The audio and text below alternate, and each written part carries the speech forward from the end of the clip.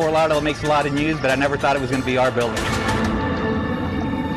Good evening, everyone. I'm Jackie Nesbro. And I'm Keith Jones. Tonight, we continue our coverage of that fatal flight in Fort Lauderdale, a Banner plane plunging right into a residential building. We have team coverage from the scene. We'll get to Dan Krauth with details on what happened in just minutes. But first, let's get over to NBC6 Marissa Bagg, who's been talking with those who live in that building and has an exclusive look at the damage that was left behind. Marissa?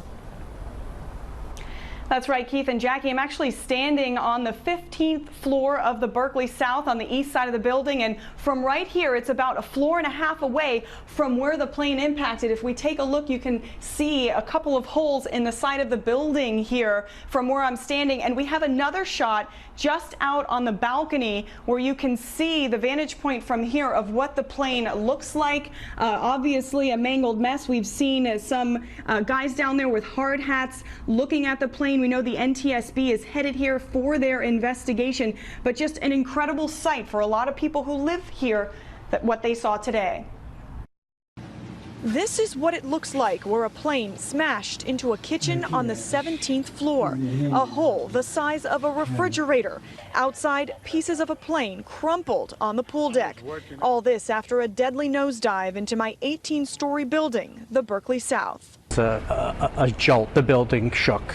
It just flew right past me, and it was like a loud noise went boom. Construction workers refurbishing the balconies dropped their tools and tried to save the pilot, but it was too late. It wasn't just one big bang, it was like a bang and things falling. About 100 of my neighbors were home, including my husband, Odette Eschel, working from home on our 15th floor apartment. As soon as I got into the lobby, they said that a plane had hit the building, which I didn't totally believe. Rescuers tried to save the pilot, who wasn't moving in the cockpit.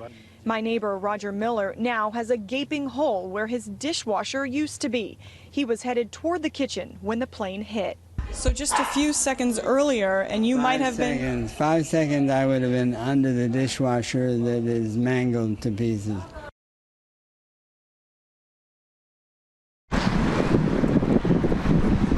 So back out here on the 15th floor, you're taking a look at the plane, obviously down there, just in a crumple there. You see a man with a pink hard hat taking a good look at the cockpit right now. And again, people were allowed back into the building right around 3 o'clock this afternoon. That's also when they reopened A1A. So again, the pilot died here on the scene, but thankfully everyone here inside the Berkeley South is safe tonight. Reporting live in Fort Lauderdale, Marissa Bagg, NBC6 News. Marissa, thanks, and our live team coverage continues.